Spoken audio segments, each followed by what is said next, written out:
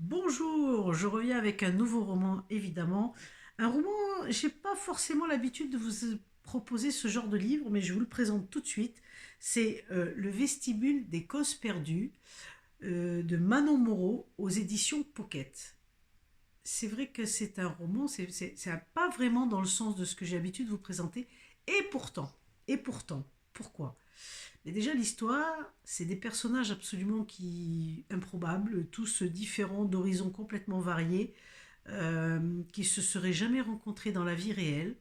Et là, ils décident un beau jour de partir et d'aller faire le chemin de Saint-Jacques-de-Compostelle. Et là, tout va changer. Tout va changer pour eux parce que sans s'en apercevoir, donc c'est pour ça que je vous en parle, parce que c'est sur le chemin de Saint-Jacques-de-Compostelle, je vous garantis que quand on lit le livre, on a vraiment envie de faire son sac et de partir. Vraiment. Alors moi, je l'ai pas encore fait personnellement, mais c'est une envie que j'ai, c'est un de mes projets futurs. Pourquoi? Parce que ces personnages sont attachants, sont passionnants.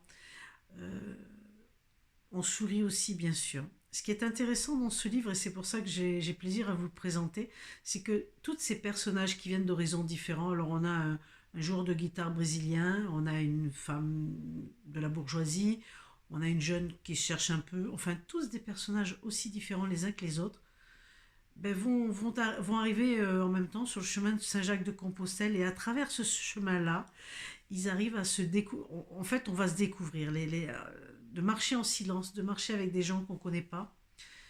Il s'avère ils se découvrent par eux-mêmes. Ben, ils se découvrent au travers de l'autre, en fait. C'est plutôt ça. Ils se découvrent au travers de l'autre, avec les silences, avec les non-dits, avec les questionnements, avec tout leur bagage lourd qu'ils portent et qu'ils ont pris en prenant ce chemin de Saint-Jacques, avec toutes leurs préoccupations.